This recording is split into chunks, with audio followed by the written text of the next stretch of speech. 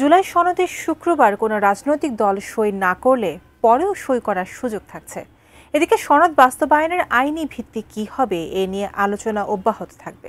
এজন্য ঐকমত্য কমিশনের মেয়াদ ৩১ অক্টোবর পর্যন্ত বাড়ানো হয়েছে।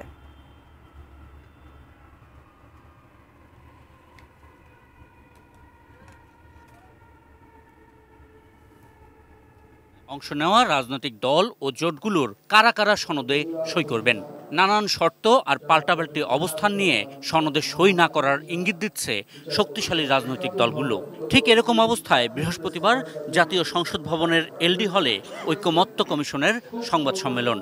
জানানো হলো, শুক্রবার সনদে সই করবেন কমিশনের সভাপতি ও প্রধান উপদেষ্টা ডক্টর মোহাম্মদ ইউনূস। সেই সনদের অঙ্গীকারনামা পত্রটুকু অংশটুকুতে স্বাক্ষর দেওয়া হবে।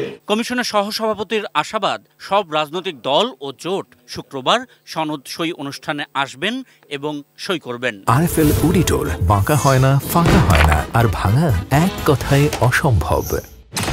এই প্রক্রিয়া তো তারা অংশীদার, ফলে এই অংশীদারিত্বের কারণে তারা যদি পরে দিতে চান, আমরা নিশ্চয়ই, আমার মনে হয় যে সেটা অংশগ্রহণের শরিক দল হিসেবে, শরিক হিসেবে তাদের তো সেটা থাকতেই পারে যে তারা পরে এতে এসে স্বাক্ষর করবে। কিন্তু এইখানেই সব কিছু, এটা তো দরজা না যে বন্ধ করে দেওয়া হবে। আমরা আশা করি সকলে অংশগ্রহণ করবে।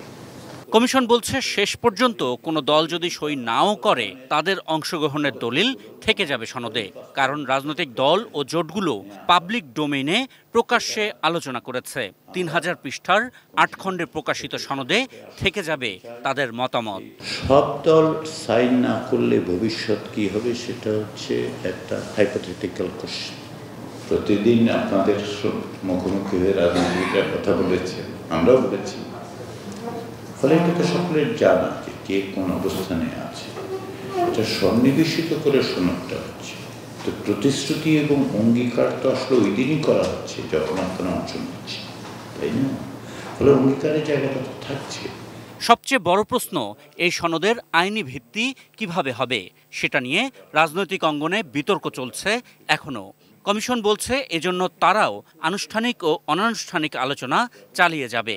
এজন্য কমিশনের মেয়াদও বাড়ানো হয়েছে ৩১ অক্টোবর পর্যন্ত।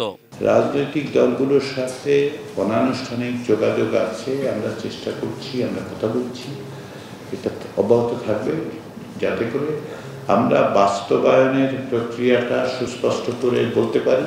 চলতি বছর ১২ ফেব্রুয়ারি জাতীয় ঐকমত্য কমিশন গঠনের প্রজ্ঞাপন জারির পর এ নিয়ে তৃতীয় দফায় মেয়াদ বাড়ানো হলো।